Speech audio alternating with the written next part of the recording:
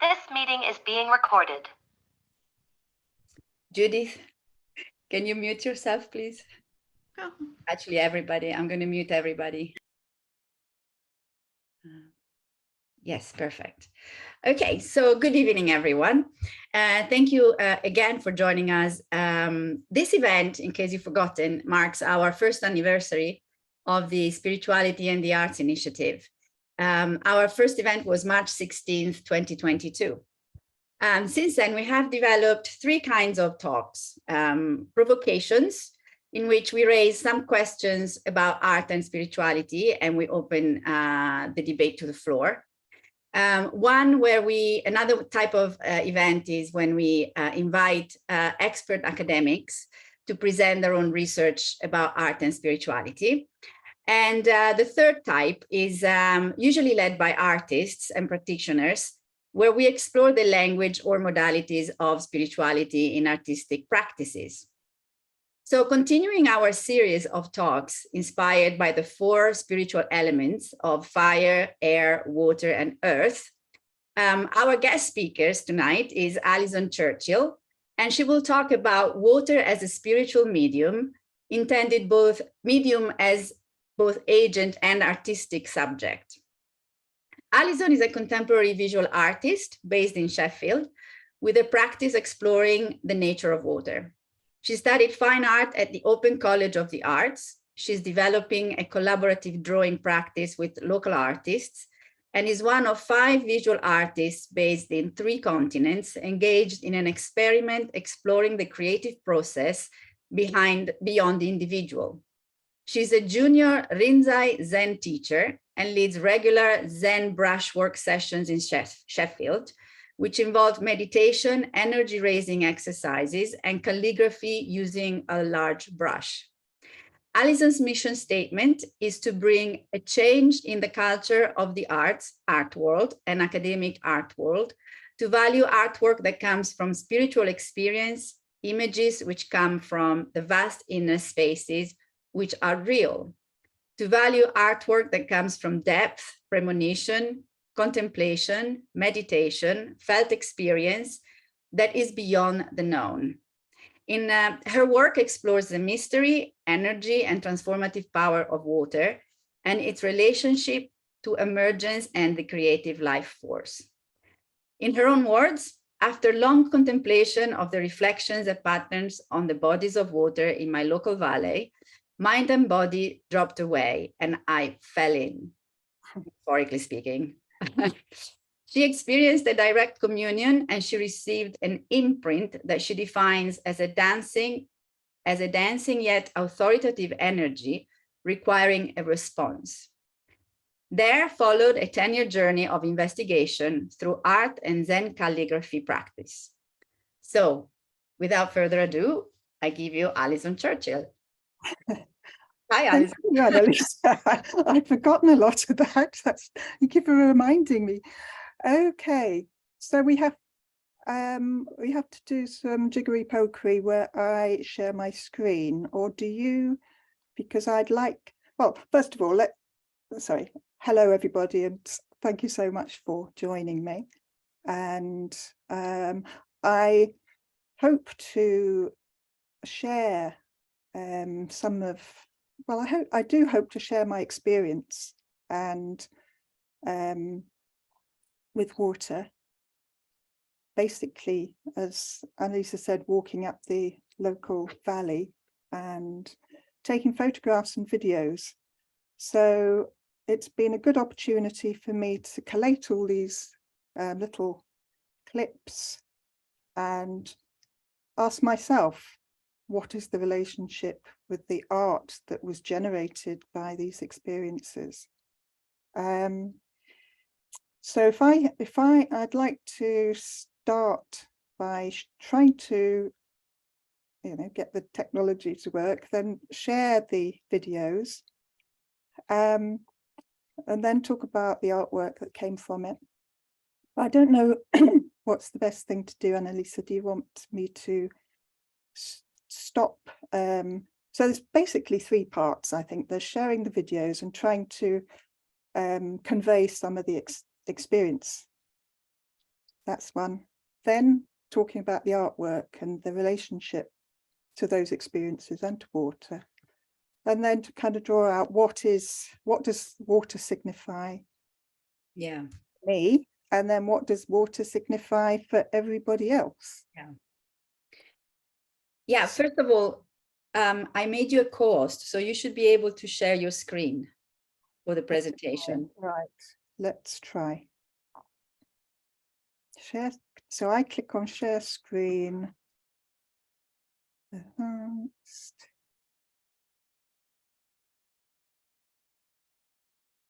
And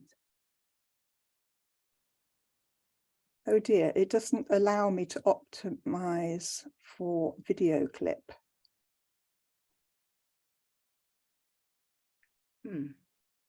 Which it would do normally if I had shared. Okay. So we do need to optimize it for video clip.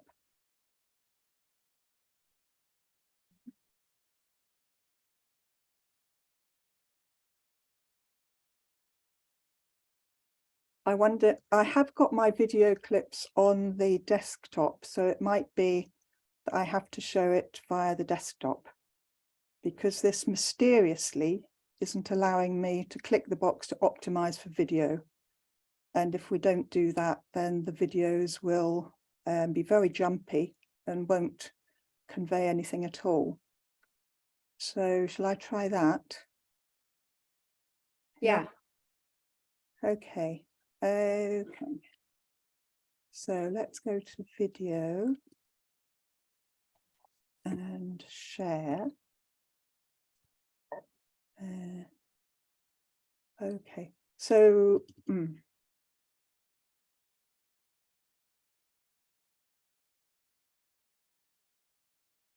can you see that? Can you see a tree reflected in some water? We can see that very clearly. Yes, Thank yes. you. Wonderful. Okay. So we're going back 10 years now to 2012. And it's actually when I first got an iPhone. And it was the first time that I had a handy implement it was like another eye to pick up things that I wouldn't have seen otherwise. I was doing a drawing course for the Open College of the Arts, and it was an observational drawing course, and I had an assignment to do, and I was determined to draw the reflections of trees. And I went out with all my drawing materials, and as soon as I started drawing, the wind would sweep the surface of the water and sweep it away, and I got very frustrated. But anyway, going back to the trees, if we can just spend some time looking at the videos.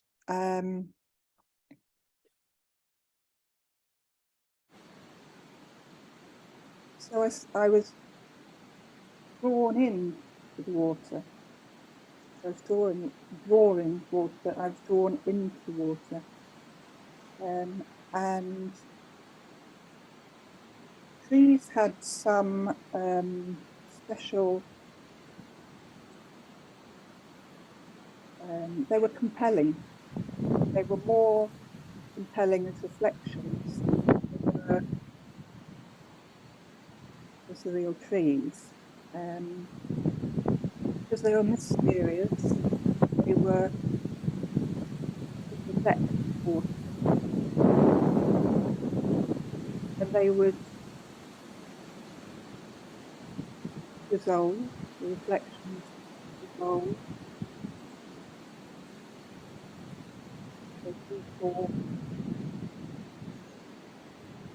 I imagine that they reassembled in some slightly different form of time.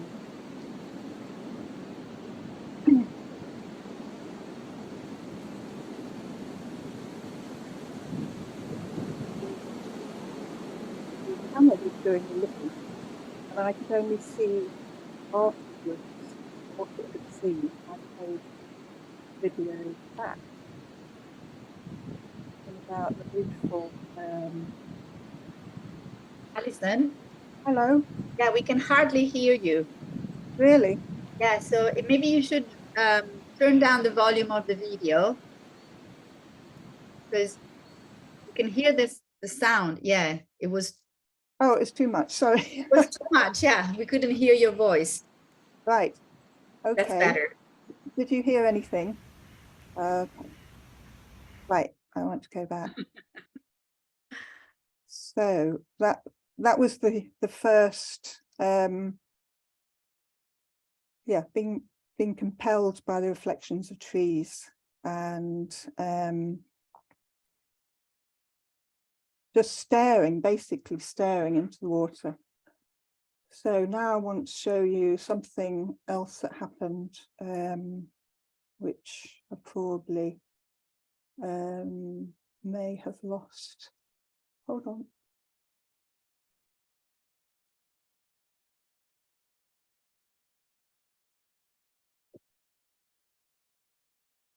Can you see this? It's still the same image. Huh. But you did it earlier. Yeah. Stop sharing and try again. Stop share. Okay. Share. Let's just basic. Okay, share. Right. Okay, so you can see this. Yes, It's it's a still image. a still image, and it's beautiful. it's beautiful, and it's a reflection of a tree. If you zoom into it, so basically the surface of the water is moving, and you can't really see what's going on until you take a photograph. Mm-hmm. Then you think, my goodness, what is that? What is that complexity? And then I had the, you know, when you, no, not that one. You know, when you, with two fingers, you can pull out the image. Sorry about this.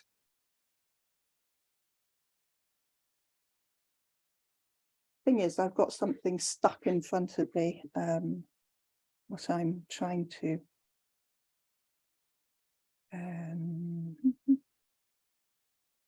what I'm trying to show you. So bear with me.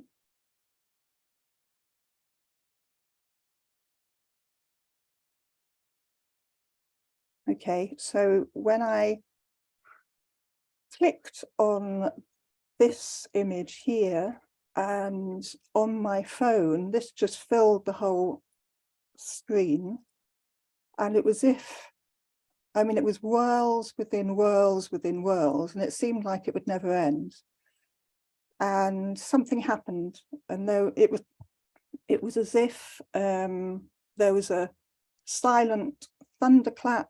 I don't know if it was a silent thunderclap or a loud click or something, but it was as if I just fallen through. And this is just in a muddy pond up the valley. You know, this is nothing very straightforward in a way, but once you, it was like all this is going on and I'd never seen it before. And I wondered how many people had seen it before. It's just what is going on, basically. Right, so now if I can go back to the videos. I have to stop sharing and go back to video. Stop share. Share. Advance.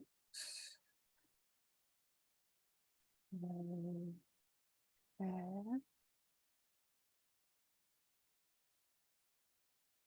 So once I'd seen these worlds, it was like they were everywhere. And it was, I don't know, it was like that dancing energy. And it was like it was imprinted on me, and I felt it inside. And it looked like there were little eyes. I mean, it was just, you know, I was in a,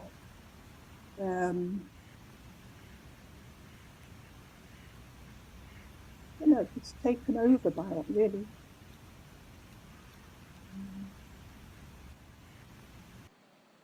And then this is another one. So up the valley, you've got various different bodies of water. This is a muddy little mill race. And something caught my eye. And so again, with the camera, I was looking through the camera, and it was something about from a maybe 3 inches muddy strip of water. It was like looking into infinity. And you can see the bottom of the mill race, but the trees, the reflections of the trees were just going down hundreds of feet. And in another video I took, you could see the moon, you could see a plane flying across. But this is just my eye looking. That's why we're whizzing from side to side, because I just can't, you know, it's just exploring. And there's a certain viscosity to the water and a shivering of, you know, what's going on? It was always a question, what's happening? And then every time I went up the valley, it was as if something else was shown, and I'm still looking at what beauty is this? And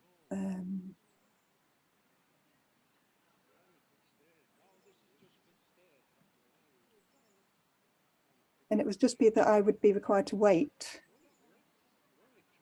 And I was actually quite annoyed when these ducks came along, because I thought they're getting in the way. But then I watched them, and they just created this. It was just, you know, this is my liquid world.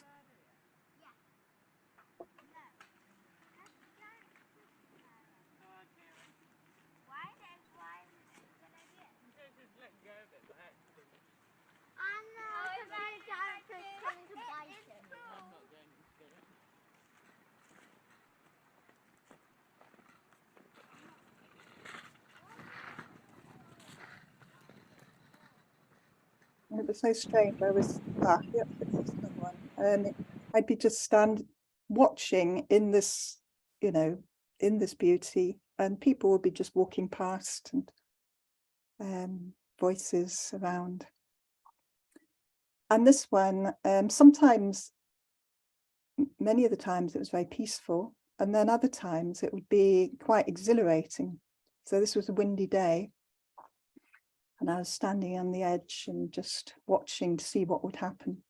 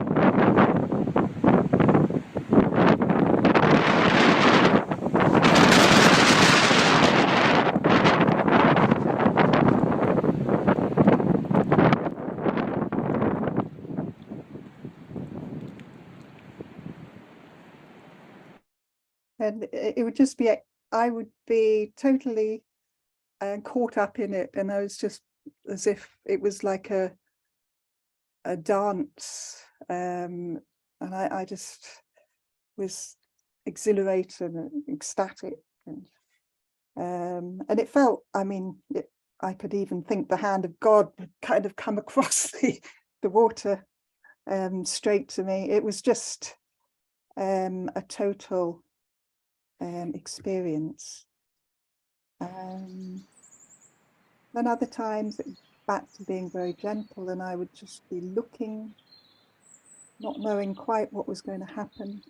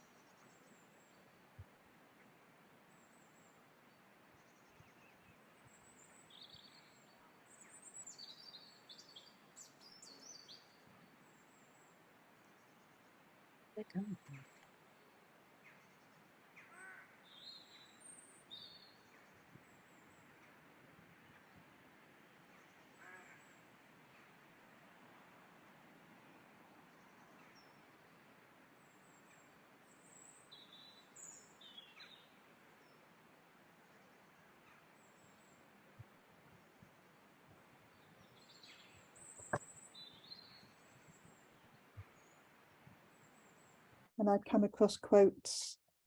This is by Ken Wilber. All things in all worlds are liberated as they arise. All things are like sunlight on the water of a pond. It all shimmers. It is all empty. It is all light. It is full, and it is all fulfilled. And the world goes on in its ordinary way, and nobody notices at all.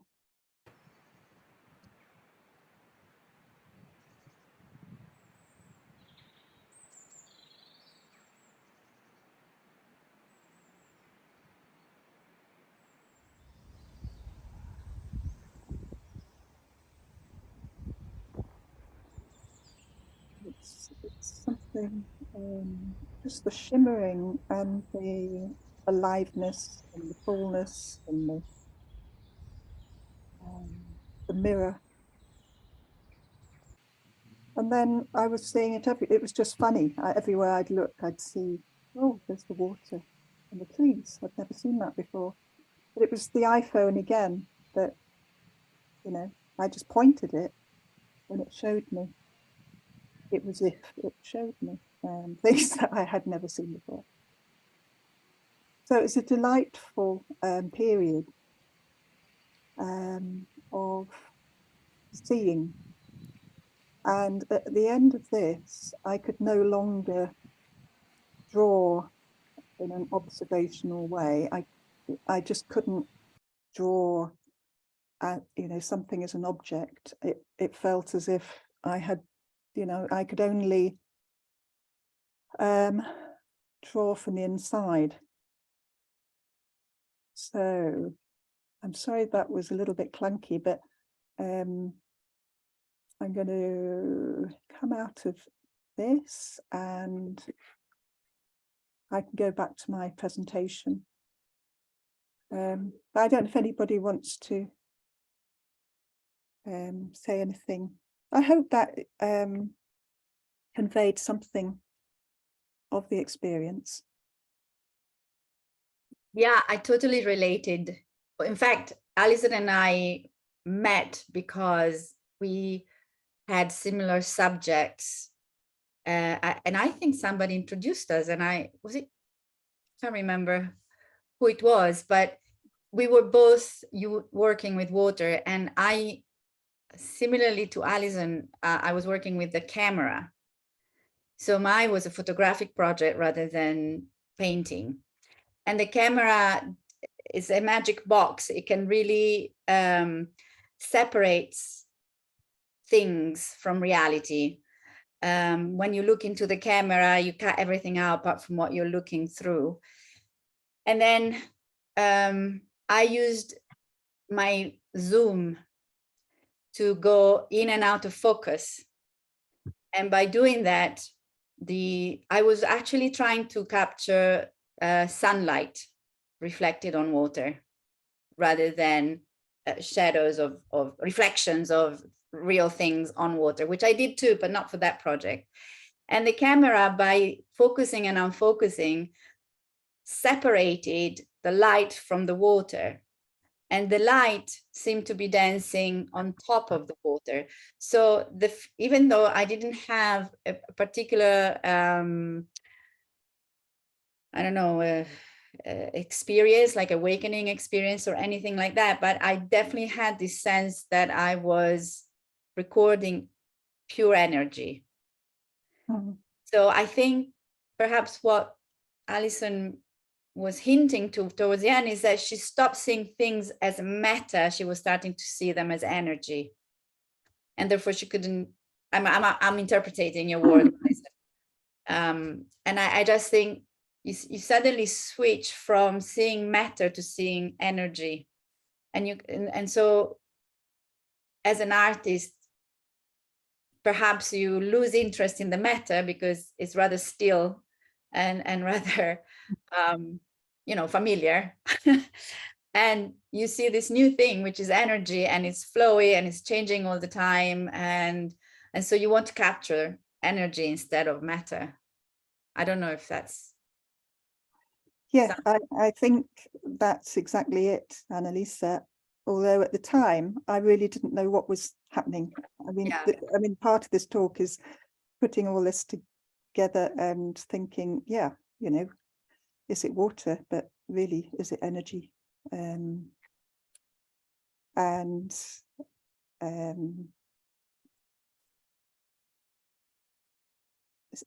Anybody else like to say anything, or I will share the screen and go to the presentation?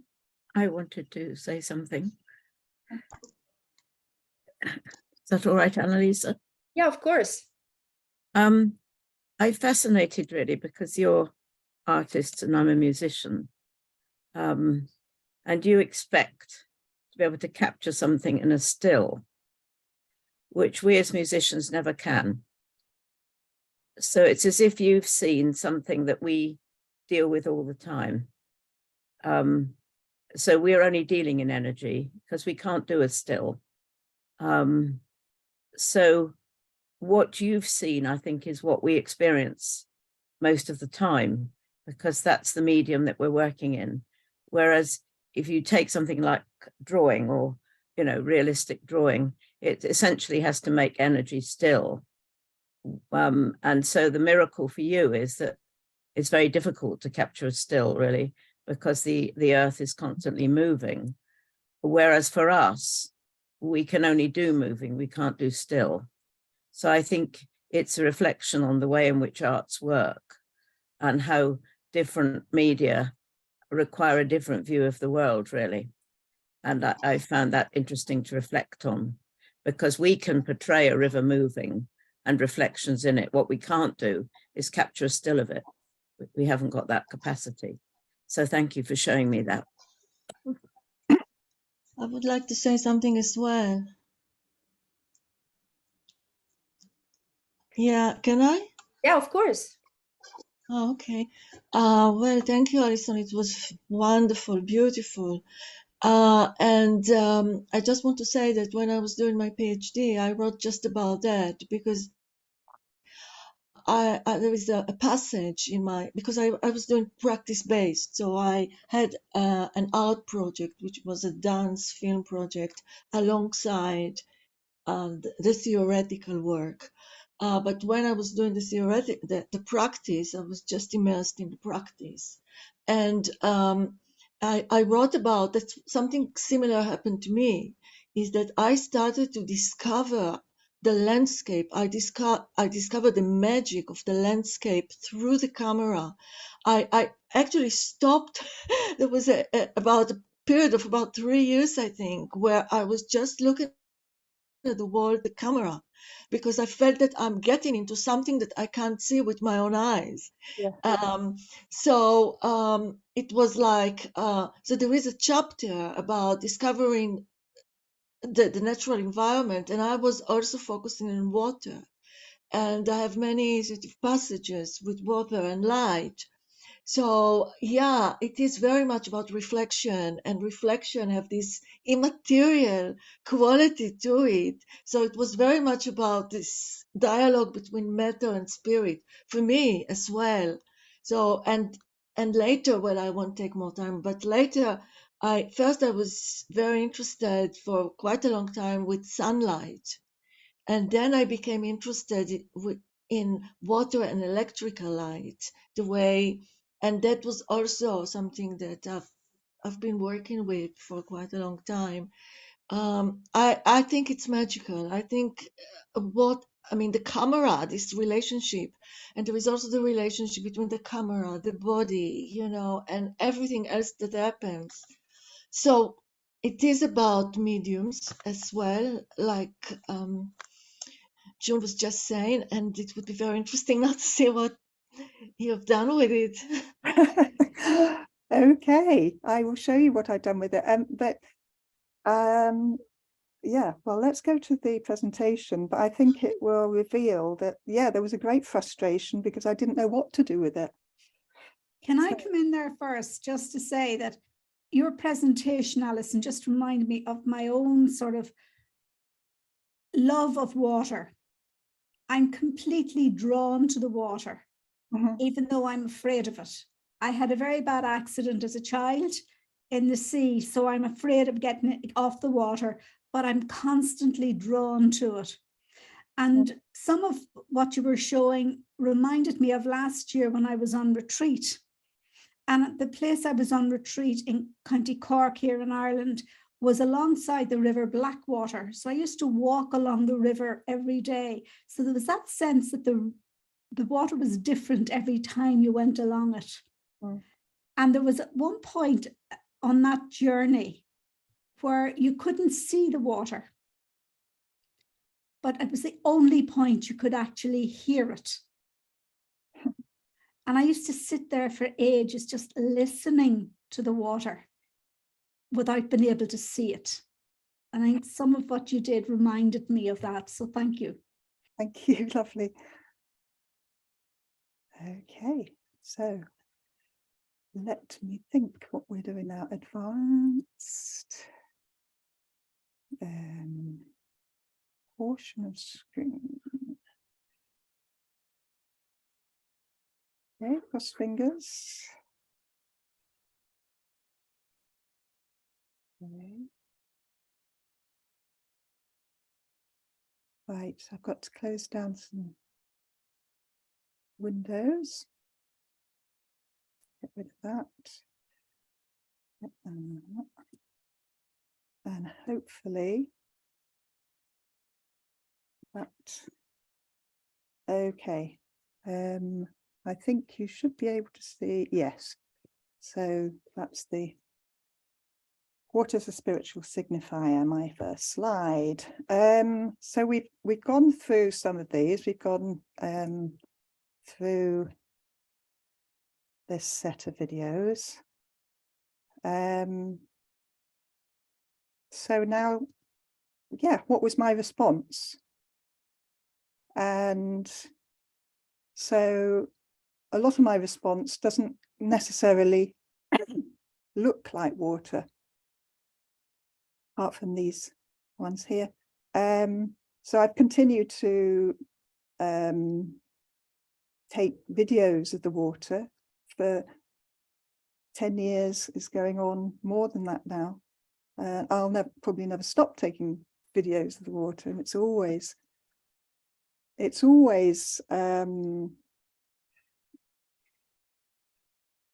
if I go up the valley and I take a video of the water and I come back, that's made my day, basically.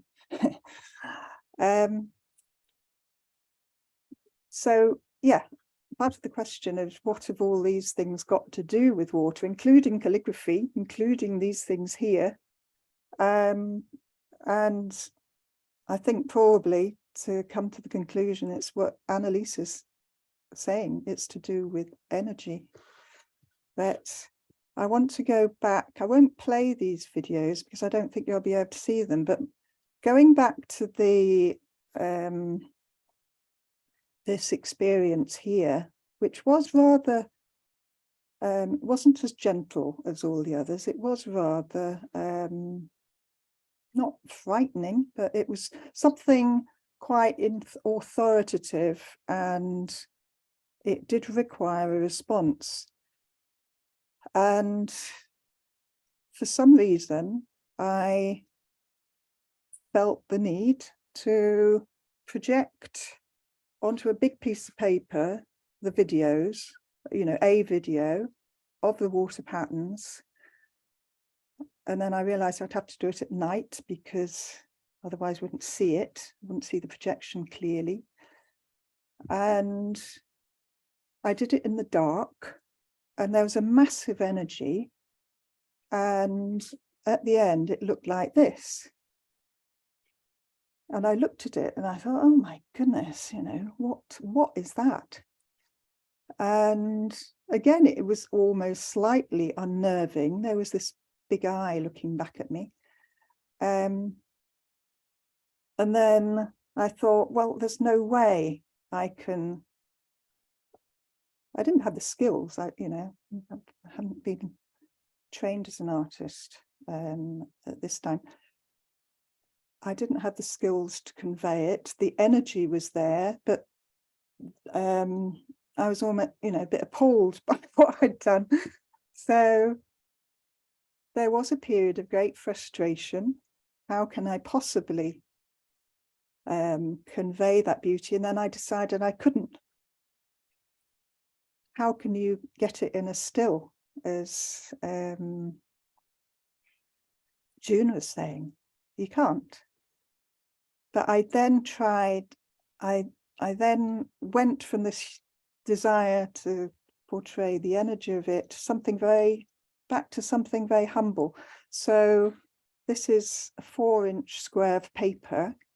And this is going back to the mill race, that narrow strip of water. And I put down, with a brush, I put down a strip of water. And then I made dust with a graphite stick, and it floated on top of the water, and then it kind of moved, and it found its place and then dried. But it was like doing alchemy or something. It was like an exercise in how much energy can you get in one strip in a strip. And I just put more and more into it, and it was as if it couldn't be contained in that strip, and I was satisfied when it couldn't be contained, when it would flow out. Now what's going on here? And then I did bigger ones. That's 2 foot square. And if you put water on a piece of paper without stretching it, it buckles. And so it was writhing. This strip was writhing. And then the graphite dust settles in the troughs and dries. So that was one thing. And then I discovered, so that's on paper. And then I discovered this wonderful medium that's drafting film. And it's a bit like deciding I couldn't draw from the outside. It was like I wanted to let water make its own shape rather than constraining it like I'd been doing before, but letting it find its own form. And this was, so on drafting film, the the water stands in pools. We go here, it stands in pools.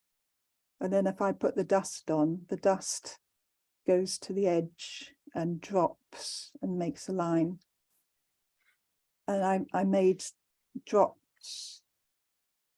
And then I discovered that they had a life of their own, because I'd go and have a cup of coffee and I'd come back and they'd move, they'd slide, and they'd subsume the shape next to it. And it was quite fascinating. And then I woke up one morning and thought, right, I want to make streams. I want to make, so these are 20-meter long streams made on drafting film. And that was my first exhibition in 2020. And then it was lockdown about 3 or 4 days later, so it was curtailed. But going back to the drafting, you know, it was such a beautiful material. It was as if they were swimming.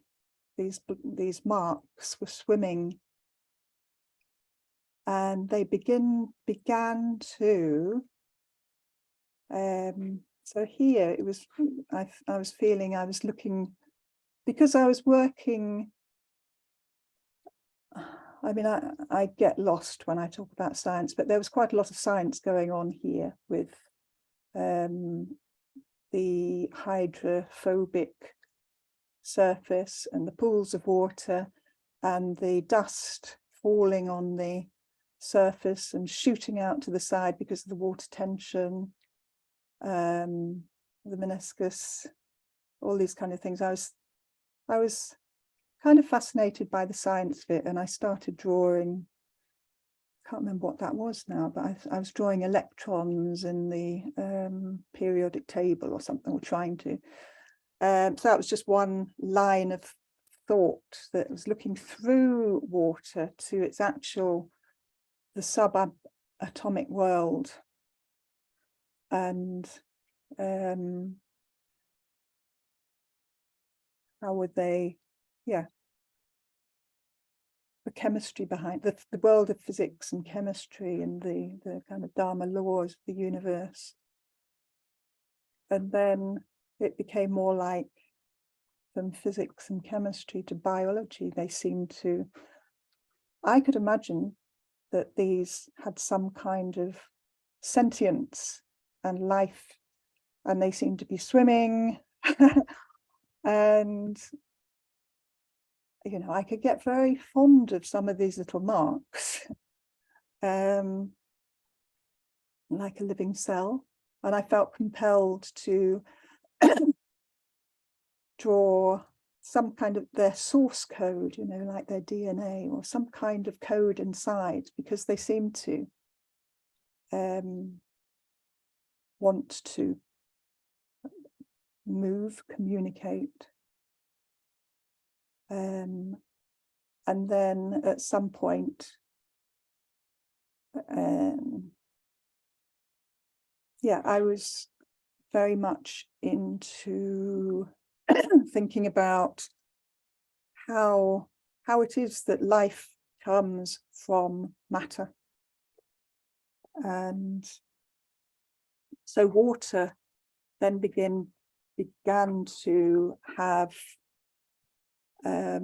this feeling of transformation, of emergence, of how, well, H2O, how you have two gases coming together and creating some completely new and novel, I don't think the word is element, but whatever water is, something very novel, something more complex, more beautiful. And so this quote from Ken Wilber, it's what, did I write it out? Yeah. So it's what Alfred Whitehead called the creative advance into novelty, referring to a distinct tilt of the universe towards more complexity, more significance, and more wholeness, from atoms to molecules to single cell and multicellular organisms to the reptilian brain, mammalian brain, and the human neocortex. The universe is abound with inexhaustible creativity, pushing deeper and wider towards its own limitless potential. And that became what I wanted to express in art, rather than, I mean, there was a whole movement about entropy.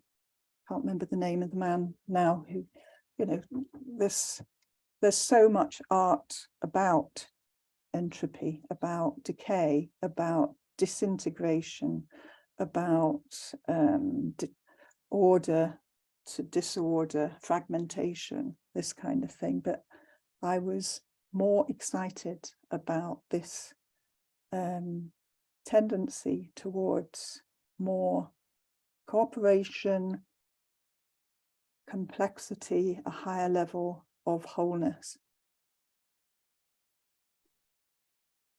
Alison?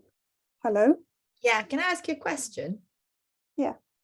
How did your Zen training affect your process, your creative process, or your perhaps conceptualization of your art? Did it have any impact on your artistic process? Yeah, definitely. When I had those first experiences back in 2012, I was not a Zen practitioner. I probably would have made life a lot easier if I was, because it wouldn't be so much confusion. But yes, I mean, I've lived in Japan.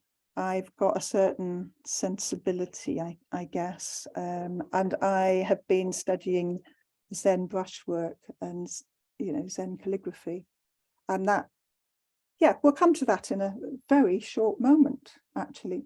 So, but yes, it, I can certainly use Zen and that as the frame of interpreting these experiences.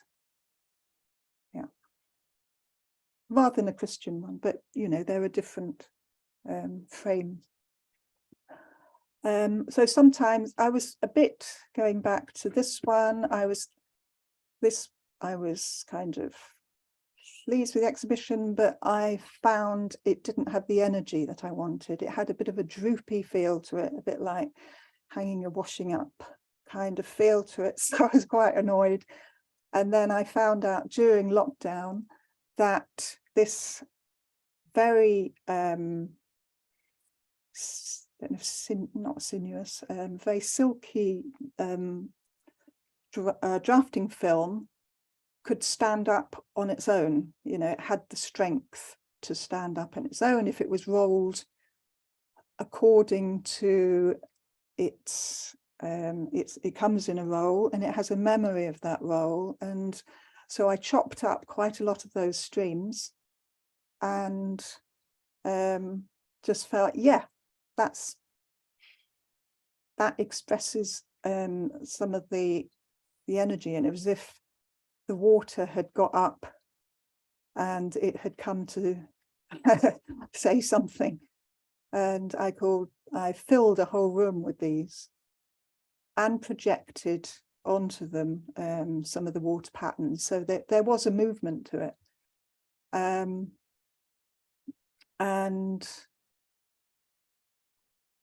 I called it, this one, Messengers, and it seemed like this was towards the end of lockdown, and it was like we should have learnt so much from lockdown, but it didn't seem that we were, and we were going back into normal life. And it was like the river had come out, or the messengers have come out, or the bodhisattvas have come out, and they're just standing there calling us to account. That was in my mind anyway.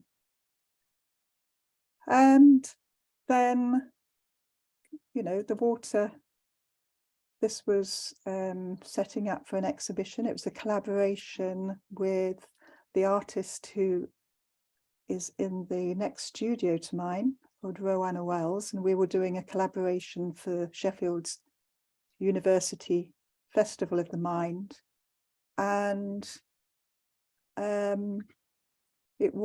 the task was to interpret in visual form the academic work of an ex-colleague of mine when I used to work in the School of East Asian Studies at the University of Sheffield.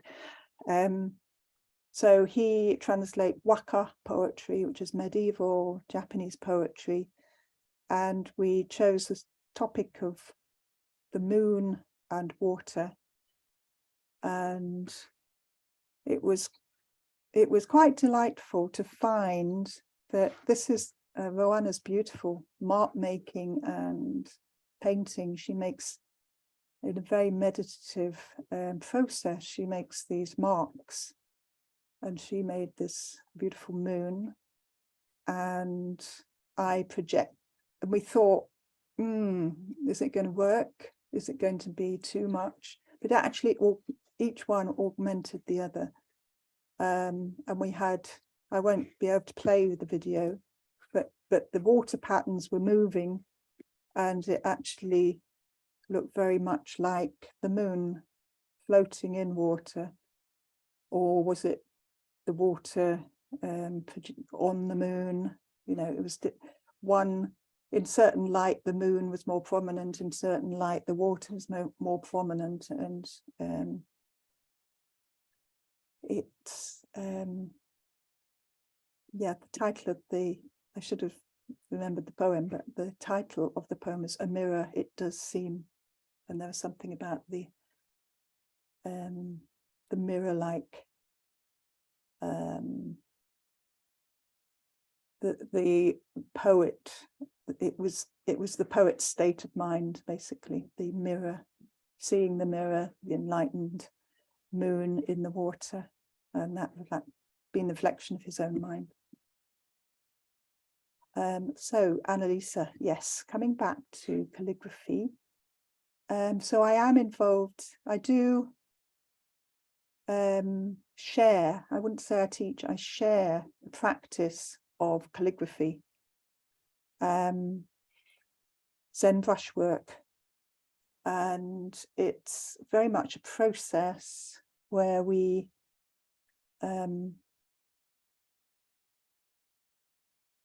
usually there's a group of about 8 people, and we go through a process of meditation, Yorki-ho, which is like Qigong, to get into a different state of mind and to let the energy flow freely. And then we practice on newspaper, we practice in the air, and then we have a big piece of paper and we draw the calligraphy. And it doesn't matter if we don't get it right. The purpose is to draw from a state of no mind, beyond thought, emotions, expectations, to come basically to just full-heartedly go for it and draw. And there's always something, there is an energy that comes through that's always quite surprising. So that does inform my work.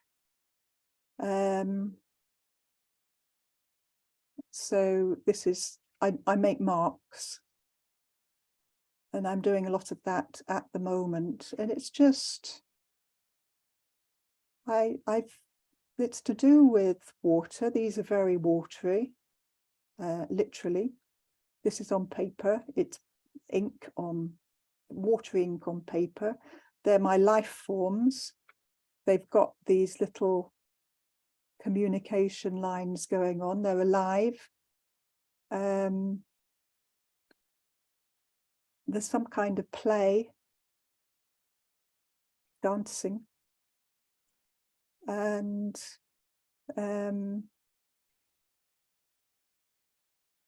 as we know, when we are involved in sort of acts of create, it's delightful. It's just delightful to do. And I always feel after weekend, I've got to get back to the studio. I want to make more marks because they're always different.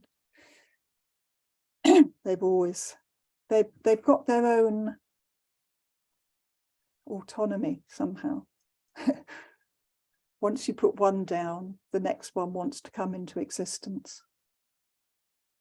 And, you know, I put one down, and then of course I need to do one on the left, and then there'll be one that needs to come here, and then it needs a dot, and then I'll go here, you know, it builds up. And then last year, I think it's because of, I don't know, everything, I was able to embody for the first time that energy. The calligraphy maybe, but I felt that I could, for the first time, make paintings of the water that I had struggled so much with before. And then recently in January, I was very lucky. I was invited to do an art residency at the Lucid Art Foundation in California. And the Lucid Art Foundation is it's based in, well, it's just above Inverness, about 50 miles north of San Francisco, and it's the home and studio of a British artist that nobody seems to have heard of, and I certainly hadn't heard of until a couple of years ago, called Gordon Onslow Ford. And they invite artists who have an interest in the arts and consciousness, and they have artists going for periods of 3 weeks or 4 weeks during the year. And you stay in the first house of Gordon Onslow Ford and his wife, and use this beautiful studio. This was his studio, looking out onto this Mount Vision out here, and beyond that is the Pacific. Is that right? The Pacific. Yes. So lucid art, it's defined as the convergence of the universal creative force expressed in a spontaneous work of art that elicits in the viewer a sudden awakening of an aspect of the inner worlds. And, excuse me,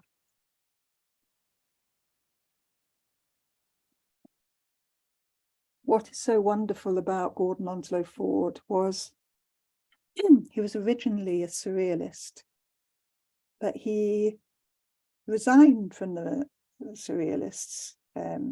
He was no longer interested. It became very political, and he wanted to go further than the subconscious mind. He wanted to go deeper than that.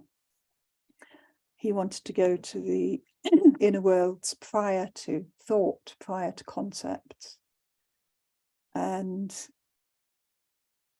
let me find a quote, but he made marks. He studied calligraphy, he said, you know, religiously, like beaver, for 5 years with the Zen master.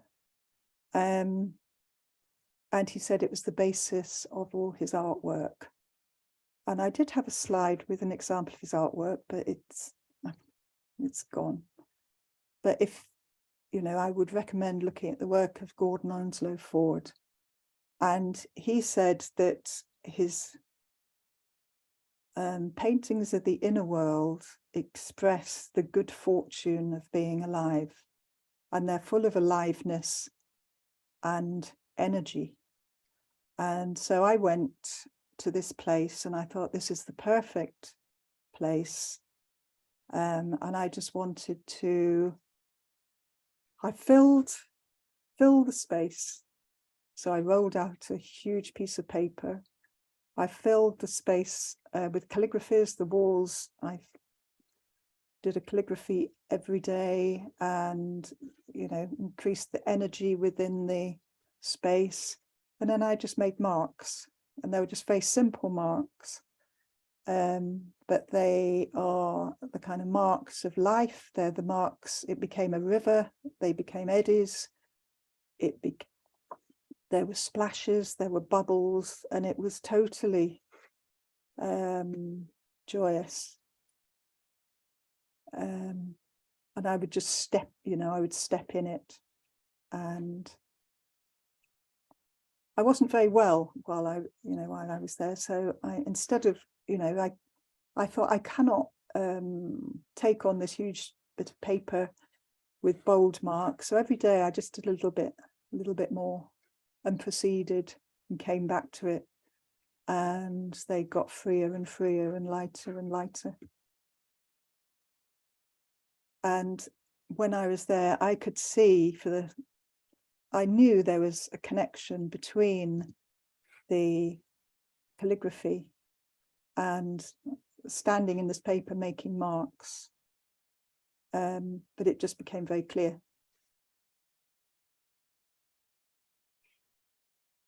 Okay, so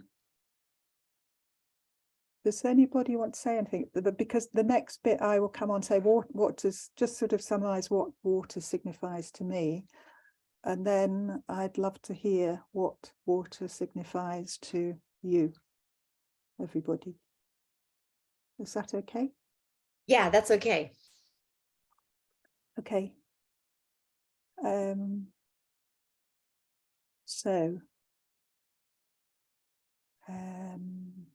So water for me, so it's this liquid world. There's no separation. It's a kind of a state of flow. It's a state of mind. It's transformation. Water is a signifier, or, well, it is an example. It's not a signifier. It is transformation, emergence. It's the nature of reality. I mean, looking into these pools, it's just infinity, depth. It's the unnameable dynamic life energy. It's a state of mind. It's me, and it's you, and it's everybody, and it's this life. It's the source. It's life, it's forms, it's benevolence. It's and then it just, you know, this, so I'm a practitioner, an artist, practitioner. It's the way that I see things. It's the way that things are revealed to me that I wouldn't see otherwise. And it just makes me want to make art that expresses, to the best of my ability, this energy, aliveness, fluidity, benevolence, and to continue to do so and see more and collaborate more.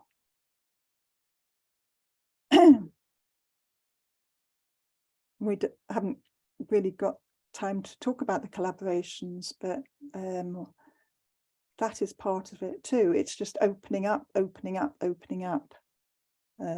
So that the water is just, it's that flow, and whatever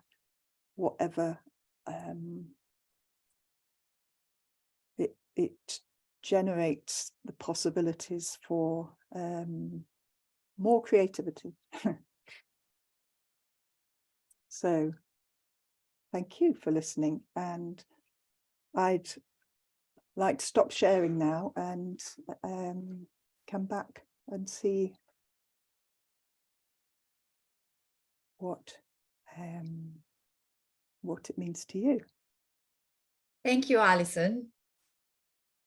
I'm going to jump in because obviously I had to think about this topic of what does water signify in my own project, because unlike other projects, I started working intuitively, and then I worked backward to understand what I was doing. So this was my photography. My final project was the first time where I was led by intuition. And then I used my left hemisphere to work out what I had done with my right hemisphere. This is my way of explaining it. And at the time, two things happened. One was that I was reading a book by Sam Harris, which was about meditation and Buddhist practices like Zen. And he's a neuroscientist as well as a meditator. So he was trying to explain meditation by like a neuroscientific approach. So I was really focused on the working of the mind and this idea that the mind produces thoughts and we're not really in control of these thoughts. And meditation is a technique that helps us to control the flow of thoughts in the mind and learn to quieten the mind and to control what thoughts the mind is producing. And of course, with mind, there's also a talk of consciousness. And the mind and consciousness are not the same thing. So when I tried to conceptualize my project, I thought of the water as a metaphor for consciousness and the light dancing in the water as the thoughts of the mind dancing and bouncing around with no control, out of focus. And so they became a metaphor for an untrained mind.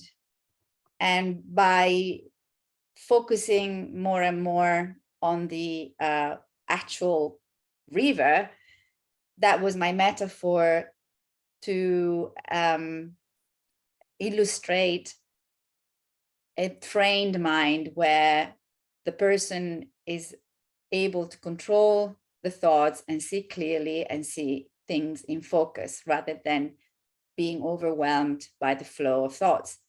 But that was just one level of reading, because then there was another level, which was a lot more spiritual. And again, I connect with Alison about looking at water and light as the prime elements of life. You can't have life without either of the two. You need both. So you need water and you also need sunshine, the energy of the sun, in order to create life. So that, I think that was my spiritual level when I was taking pictures of the river and I was immersed, in this process. And I wasn't obviously thinking in a rational, logical way. I was just kind of reacting to what I was seeing through the camera. And I think that was the spiritual level of my work, of my process, because it made me more aware. So I started to think, why are humans attracted to water? There's always this really symbolical meaning of water in almost all religions, from the Aboriginals to the Christians. Water has such an important significance. And I wasn't trained in spirituality, so I didn't, I couldn't explain it. So I went online and I started looking for, spiritual explanations of water. But I think for me, the primal one is that it's the source of life, as you said in your presentation. So yeah, there was another thing, but I've forgotten it. So these were my two, my two meanings that water has for me. And of course, flow. That's also another important aspect of the materiality, immateriality of water, because again, water can be liquid, can be gas, can be solid, you know, it can transform, and it's constantly, when it's liquid, it constantly flows. I mean, it's almost a magical element, you know, it is miraculous in a sense. So I'm going to stop talking now. Thank you. Yes, it just kind of keeps, it's limitless.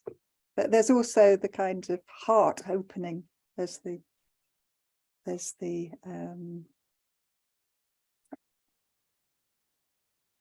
falling in, and the felt sense is heart opening. It's can I say? It's also like it is like you and Annalisa were saying, it's the flow and it's the presence, and it's the glow of everything within it. I mean, everything outside and inside, it's inner and outer. I mean, it always fascinates me, the reflections, and then you can also see the depths within at certain water, like ponds or rivers or puddles or whatever. And it's the constant change. I think probably in nature, it's the thing where you can see constant change most clearly. It's totally like, and your videos are so fascinating, so incredibly touching and beautiful. I mean, I could look at them and just meditate with them, or feel something is coming towards me from these videos. So it's water is probably the most fascinating for me as well. The sky is also, I mean, when there are clouds and all the layers, but water is just incredible. So thank you for sharing all this. It's really, really beautiful. Thank Can you. I just add on to Dorit, because I found the video with the shimmering very beautiful, and the shimmering quality, just, you have to let go of any preconceptions. And I think the freedom of this way of working is that the mind quietens and the whole being joins in with the shimmer, and the energy is felt within as well as seen with the eye. And that is immediate communication. And it doesn't require any interpretation or any pre-knowledge. It's primal, and it has a very refreshing quality about it, which is exquisite. So thank you for sharing that. That's what it seemed to mean to me. And the sky and the water were all joined. There was no separation between the clouds and the surface of the water and what was below it. So it's got a very magical, mysterious quality, which I find deeply powerful. Thank you.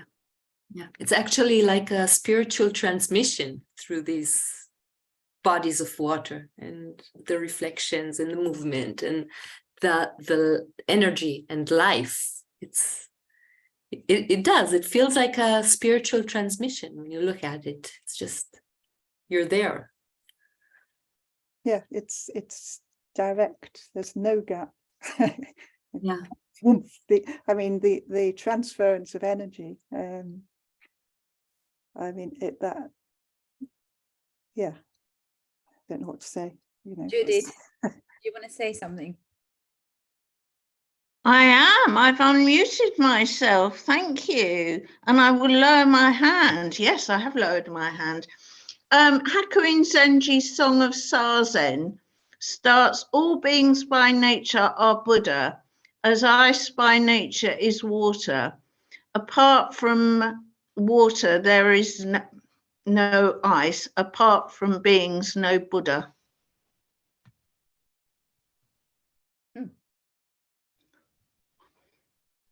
That's something to think about, isn't it? But you're not supposed to think.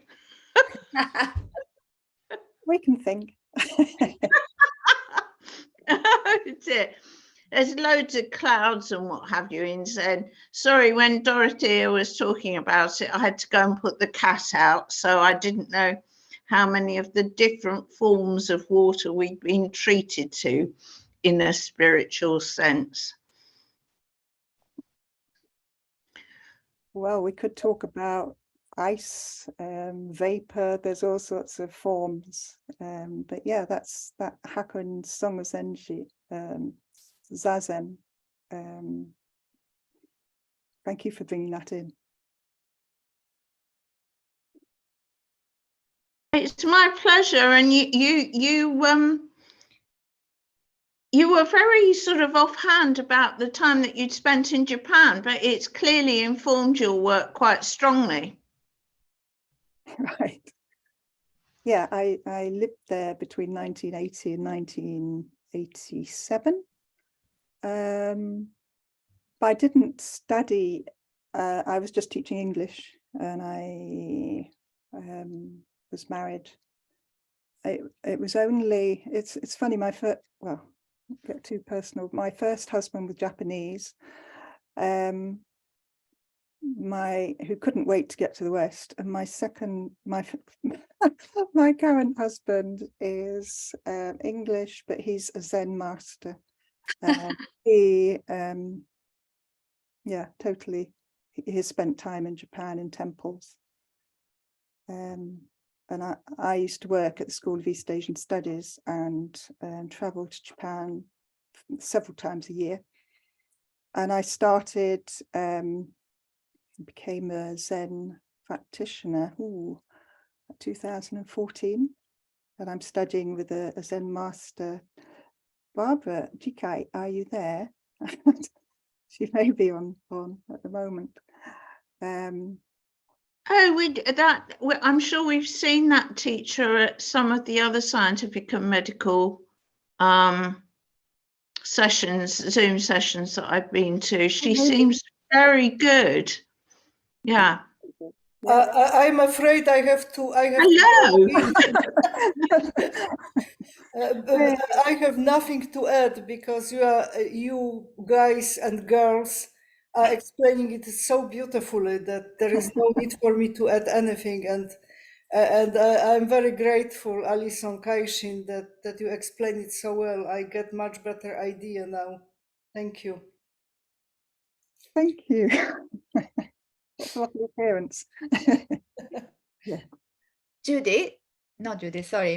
Alison, would you mind putting on the chat the definition of lucid art? Do you have it? Can you share the website where we can read it? Okay, that's challenging. Okay, I'll find it. Don't worry. I'll find it. I would be happy to give you a moment to deal with your challenges, because I was interested in that definition of lucid art, because the particular experience of water that I had came it was about 40 years ago now, and it was in a dream state, which was a lucid dream, in which I overcame what was effectively a threshold guardian and entered a lucid state in which there was water, but it was, as you've spoken about, Alison, it was alive water. It was dancing, and I was the water, and the water was me, and in a sense there was no I. Now, unfortunately, my descriptions of this was always so stumbling when I got in front of a Roshi that it's never been accepted as a breakthrough experience, but I actually think it was. And again, unfortunately, it was partly predicated on rather too much imbibing of wine, followed by some hashish, which enabled me to break through. I believe it's called storming the gates, and I would not recommend it, because without a contextualized experience, it becomes impossible for you to explain it to anybody in any sort of meaningful way. I mean, it felt wonderful and it certainly helped me, and it's taken me a long time to understand it. But as I said, I would not recommend it. However, it was very useful and it was what I did. I think that's really important, because I think Jackson Pollock, I mean, he would say things like, I am the cosmos. He obviously felt that energy, and he was expressing that energy, but he didn't have a context for it. And he was, you know, he just went berserk. He was self-destructive, and he ended up killing himself and somebody else, didn't he? So that energy,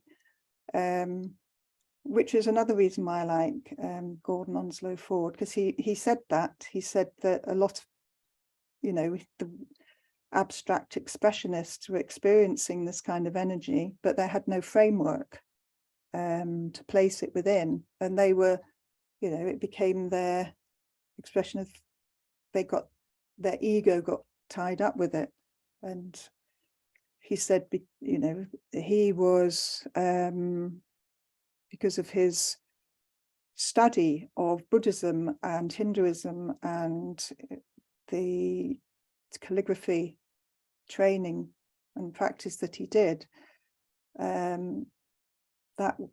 helped, well, that was necessary to channel this experience of energy in a useful way.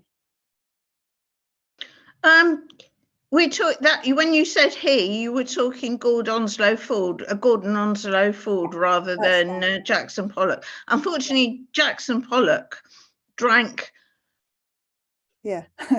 shed loads of alcohol over a considerable time. I wouldn't say I managed to drink as much as that, but and again, I feel rather annoyed with myself, because I've actually feel that I've trivialized the experience, but I think the experience is the experience, however it comes. And it's probably more oh dear, personal failings, shall we say? I don't know. There's always been lack of discipline in my life, although I did do Zen for a long time. I don't even know whether that's necessary in a way.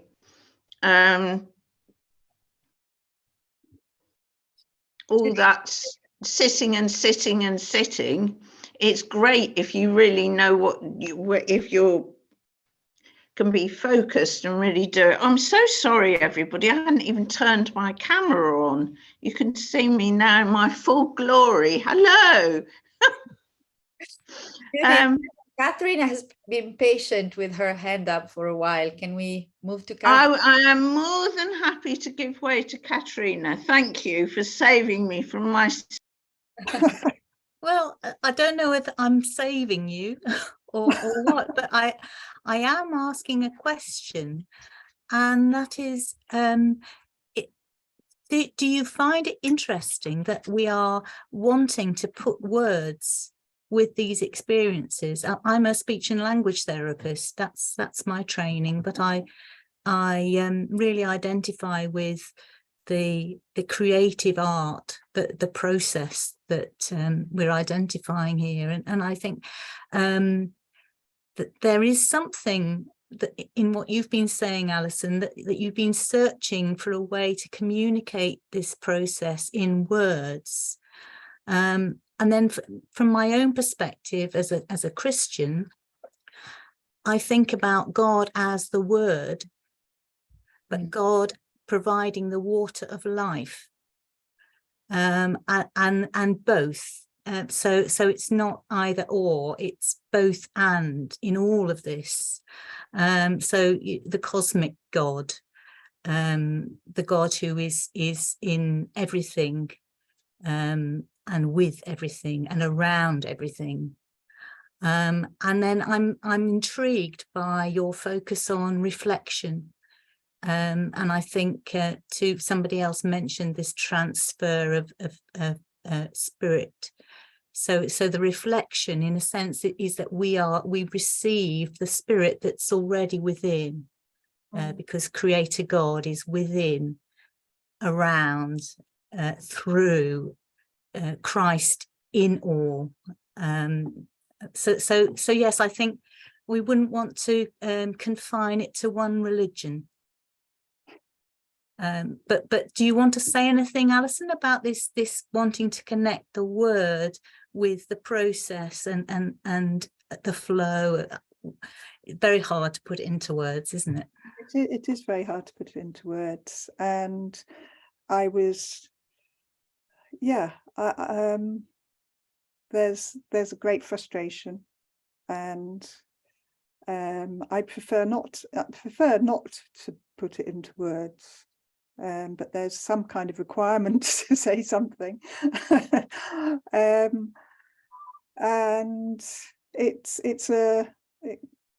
there's a need to do something. When I was seeing these things, I just wanted to go around to say, look, everybody just look, to call people's attention. But then and then I couldn't express it in words. I tried over a number of years to write something, actually, for assignments when I was a student at the OCA, the Open College of the Art, and I just couldn't. I gave up, and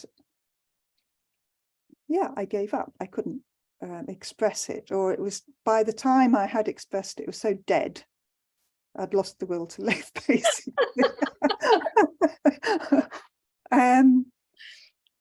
But this is a wonderful platform where, I'm speaking, but it would have been hopeless if I had just been speaking without showing those videos at the beginning. And that's the main thing that I wanted to do, to see what, because very few people have seen these videos, so it's lovely to share them and to know that they do, it's not everybody has some steep connection with water, and that it's immediately recognizable, and as you say, it's something that appears to be out there, but it activates something within, and that becomes alive. And you've got two alive, when everything's kicking off and activating, it's a very wonderful experience. Laura, before it's too late. Hang on. Let me take my hand down. Okay, lower hand. I think there's a couple things that really are striking me in the course of the conversation here. I saw those videos, I don't know, 12, 15 years ago when Alison was first making them. And it's been really just lovely to see. I just want to testify that the process and the progress over those years and how it has evolved into something expressive. And since I'm also, a visual artist, that has been really a joy and really quite fascinating to watch happen. And we live in a culture that wants to put things into words, that really only admits they exist if they're in words. So I think there is that need, really. That's the culture we're in, even though something else is happening, really. And I think that's what I mainly wanted to kind of put into words, is that, this sense of making something out of something, which is part of the process.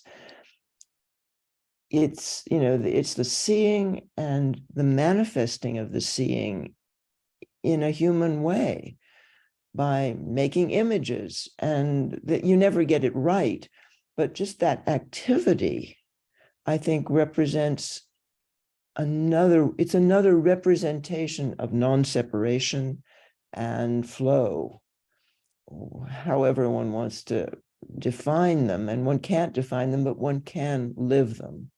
And I think that the artistic activity is a way of living them. And visualizing, it can be music, it can be words, it can be this conversation is also a way of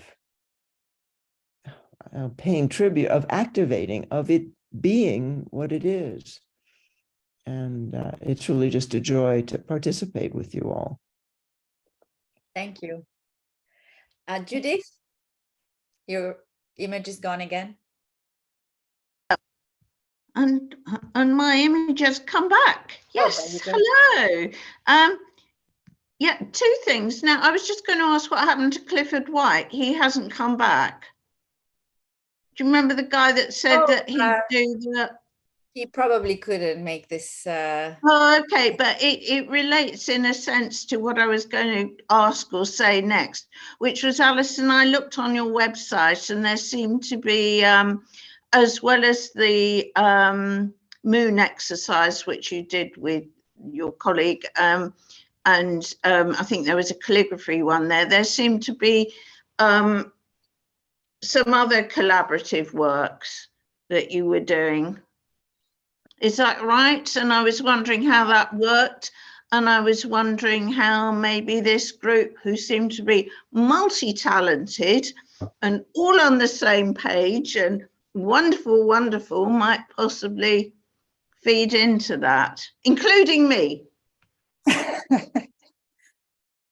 Right. So on my website, there's probably a couple of collaborative projects, which you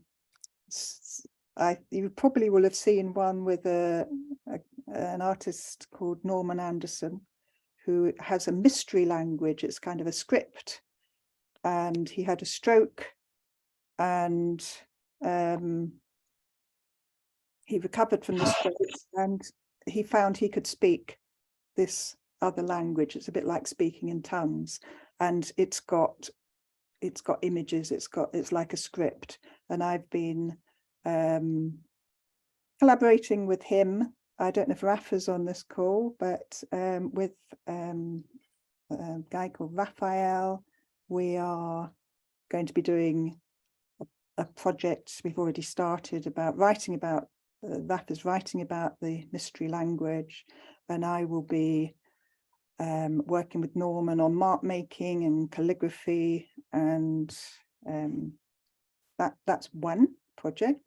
And then another project is one that's been, we started, I don't know, years ago.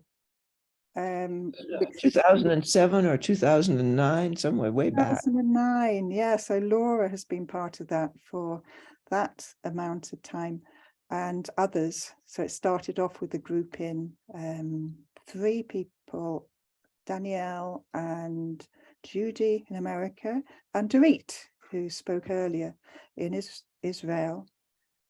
And that came out of a spiritual context, a certain context, and we would create what we called starter marks. We would create a very simple mark and exchange those marks and add to those marks and develop them, and just have these marks evolving.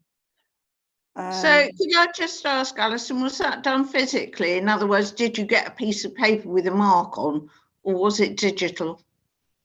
I suppose it would. The first round we did, I think in 2008, we actually posted them. We did do it on a piece of paper, but then that quickly, would have taken forever. So we can upload them. We had we used WordPress. We could download them, add to them, upload them, and share them that way. And that was, it's just this process of engaging in that collective space. And so it's very different to an individual practice, but it was so opening, because somebody would respond to, for example, my mark in a way that I would never have responded. And then the seeing, you can see all these different possibilities, and it became endless, the different ways it could go. And then we would talk about the process, and that would be another unfolding. I don't feel as articulate as Laura or Dorit would be about it. Come on, Laura. Well, I mean, I think I mean, this has gone on for many years now with another group of people. And I think what has come out of it for everyone that's been involved over those years is an escape from my art, my style, my thing, which is very much the focus of the art world, into a kind of openness, a welcoming, something that isn't separate, that isn't fixed almost, that there's an evolutionary flow to it. And that, I think, for everyone who's been involved, some people have been a short time, they've had to get on with other aspects of life, but I think everyone has been just touched by this ability to be together in a making, in flowing, and in evolving, and that has enhanced all of our lives. I know, Dorit, how would you add to that? Because you were involved. Yeah, I would only say that, I mean, what you're saying is very, very precisely what I think we all felt. The sharing was incredible. I mean, even for a while we took photos and we uploaded them and we made collages, and the sharing was so widening. I mean, it took each of us, I think, and as a collective, an experience of, wow, something so new and so different was actually evolving between us. That was a very intense experience for me. I mean, the surprise of where my initial mark went to you and you added something, and went to Alison and so on. And the way it evolved, and if it came back to me afterwards and I added something more, and it was like an endless feeling of possibilities and growth and development. So that was really so beautiful. Yeah, and we've never met, Dorit and I have never physically met. You have never met Laura. Never. In the new formation of the group we've got, which was more a local group, people in the UK, which developed from this original group, half of us haven't met the other half, but the act of engaging and creating and being surprised and being open and vulnerable, somebody's going to draw on my precious, it's not that kind of just it's delightful to see. The only thought is, wow, I would have never have done that, and it's wonderful. And that project is called the Generous Art Project, and we'll be having an exhibition in London in May, I think. Oh, great. So I remember Alison talking about this experience in one of our meetings with Nick Shore. Do you remember they did something, forgot what they called it, Lila, do you remember? You have to unmute yourself. Yes, exactly. This is what I was just been thinking about as well. Is it presence? Something to, yeah, the presence projects. No, creative presencing. Yeah, presencing, something like that. Yeah, exactly. And and I just kind of curious to know if you, because of the time that you've been working, have you came across the Water Wheel platform? It's interesting. No, because, well, it's not on anymore. It was closed down, but sometime between 2009 to 2014, there was the Water Wheel platform, which was an interactive platform about water, and it was art-based. And I mean, I can share. I mean, I can. I don't know. Yeah, I can share a file which will lead you to, if you want. I mean, that will lead you, because it's not online now. It's they archived it and it's not available anymore. But many of the ideas that I heard today, I'm not well, were developed in various ways by other people, like such as the well, of course, every artist is unique. I'm not trying to say that anything, you know, but the ideas were like the language, the notion of the language of water. It's something that many artists work with, and which is fascinating, which is, well, it's endless, you know, there's so much to explore there. And what you just described, we were doing it online. It's like it was a very sophisticated platform in terms of interactivity. It wasn't like Zoom. We were able to do so many things in it, like move our cameras and paint and share videos. So we were doing online performances, and the theme was water.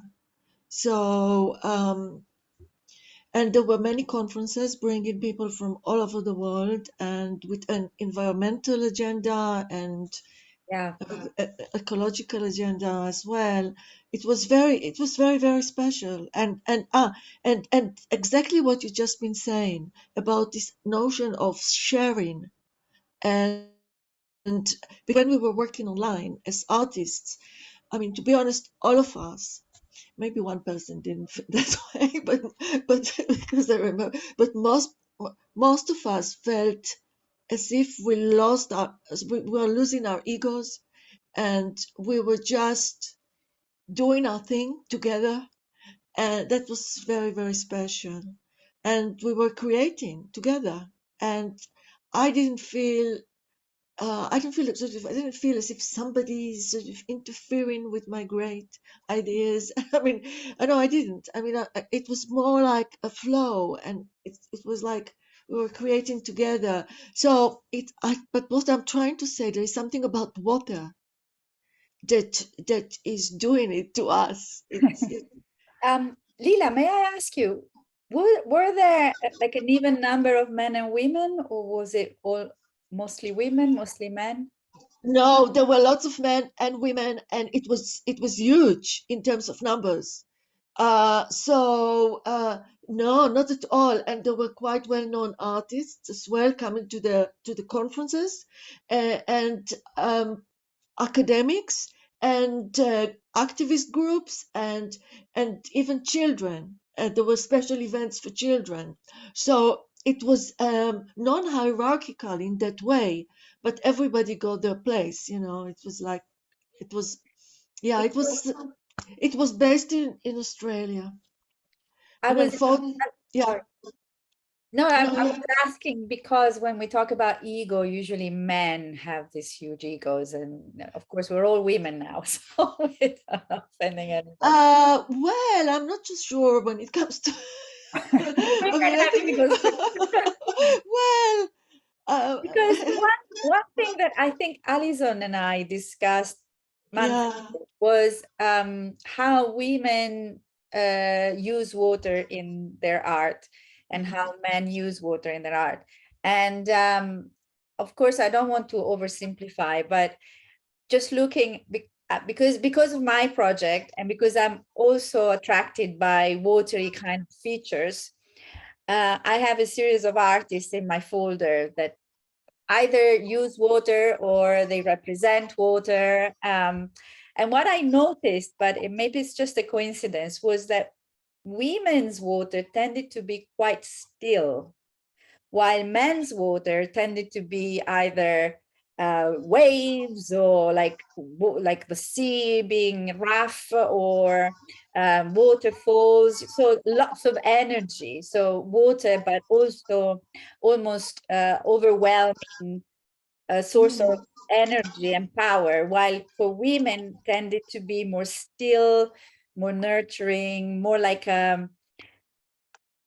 almost reproduction kind of media where, you know, life starts. Because now I should show you the images to bring this home, but I was wondering if perhaps there was a different, like, you know, sometimes we talk about feminine spirituality and masculine, yin and yang and all of this. And I was wondering whether in art, women and men relate to water in different ways. I don't know. It's just Well, it's a fascinating question anyway. It's really worth looking into it, I think. It's difficult to answer right now. I didn't feel I need to think about it actually. It's a really, really good. I know that women have very, very, very strong relationship to water for so many reasons, but also in art and in magic and in, so yeah. But in art to see the difference, it's a different story. It's worth really looking into. Yeah. Can I Yes, express sure. my own art? For me, I have water appear in my art very, very, very often. I don't know ever what I'm going to paint, and I'm in touch with the energy, and that is what comes out. And many times it's water. I think it's very rarely still water. It's very, very full of energy in my art. It could be stormy water. It could be great waves. It could be turmoil. It could be anything. Not necessarily. So I don't know if it would be gender. I mean, definitely I'm not in the side of the quiet, still water. I'm the expressive. I mean, it can really erupt. It's like it could be anything. It's flowing and it's erupting and it's moving and it's all over. So yeah. Yeah, but I understand it and it makes sense because my work could be sometimes very dynamic. It's like really sort of very fast but at the same time, the question I think is still worth looking into because there is maybe it's just the approach to water. It's the way, it's an attitude. It's interesting. It's just really interesting to think about it. Yeah. So, John, have you ever heard of Jean Shinoda Bowen? Yeah. Bowen? Yeah, I know who you mean. Yeah. So she did the archetypes and of the Greek gods and goddesses. Yeah. And she identified, obviously, Poseidon was the god of water. Yeah. And in her interpretation of the archetype, he represents passions. So in her, I guess in her Jungian kind of analysis, water, because I also have dreams about being submerged by water or tsunamis or I think there is a subconscious link between water and being overwhelmed by either anxiety or passions or anger perhaps or fears. So I think there's some link between the two. So I'm not psychoanalyzing your art, but I can see how that type of water might project perhaps not necessarily fear, but passion, you know, when we are not in control of our passions. It's very interesting because when I'm thinking about Alison's work, there are two, yeah, you're right, there are a number of temperaments or kind of, there is the very beautiful and still and kind of Zen-like environment that she creates, but then there is also this very powerful, expressive.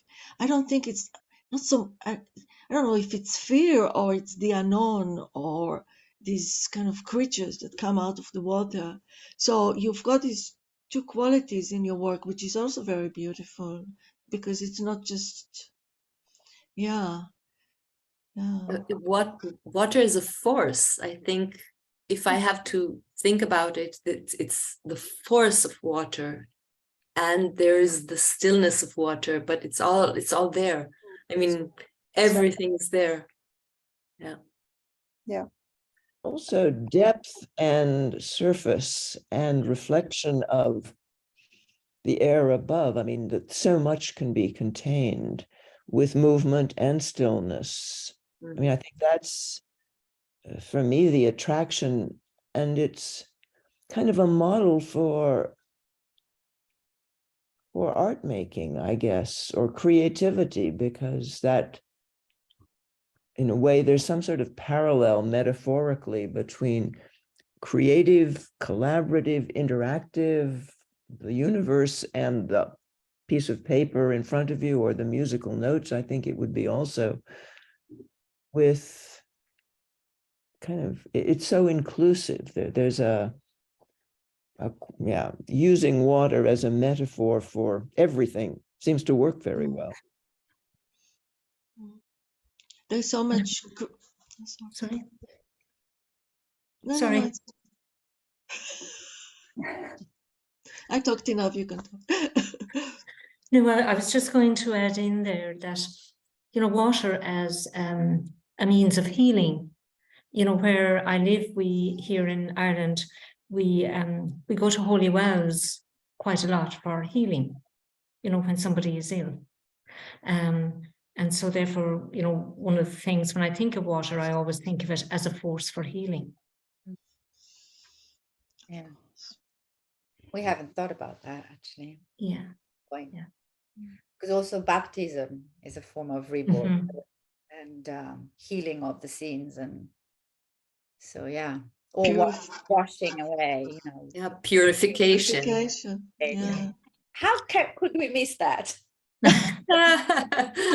And you know what's interesting is that some of the holy wells, and they're, I suppose, originally they were, you know, the healing force was attributed to pagan gods, and then when we became Christianized, they were attributed to saints.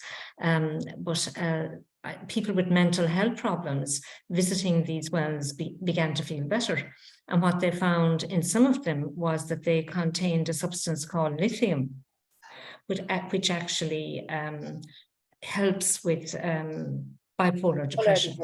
Yeah. Not all of them, but some of them. Others, then people attribute healing of sight to them. But certainly the one for mental health, you know, the actual substance has been found in the wells. Wow. So. Interesting. And even today, you know, we go to the well, you know, people obviously go to, you know, use doctors, but if healing isn't happening, people, you know, will go there for sustenance and for support. And we have days as well where we celebrate the saint, you know, to whom the healing is attributed, and we call them patron days. And, you know, we have rituals around the well. So there was a tradition that people would bring something belonging to the person who was sick, maybe a piece of cloth, and tie it onto the tree that would be near the well, and they would leave it there in the hope that healing would occur through that act. Wow. And a final thought, because it's now almost 8 o'clock. In anthropology, I forgot which tribe in Africa, but women were associated with, I suppose, dampness or wetness, and men were associated with dryness. So again, you know, there's this, perhaps women and water have some sort of connection possibly because, when we give birth, we break waters, when we have our cycles every month. And so perhaps that's why they associated women with dampness and wetness. But maybe there is something that maybe, I don't know, women have some connection with water, maybe in our, nature. We should ask a man, but the men, they're not here, so.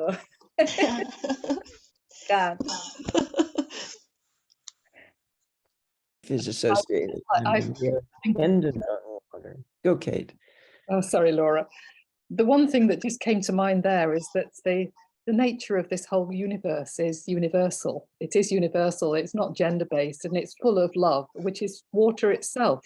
And the quality of water and love are totally unified. And it just flows through the whole creation. And some holy people say the creation is juicy. It is full of. I find that absolutely delightful because it cuts across all the ideas, and it just gives this sense of well-being to all the creatures on the creation. So that's what I would like to add. And I think it's been just brilliant to share the conversation with everybody. So, Thank you very much. I'm gonna thank you everybody for staying this long. I'm gonna stop the recording.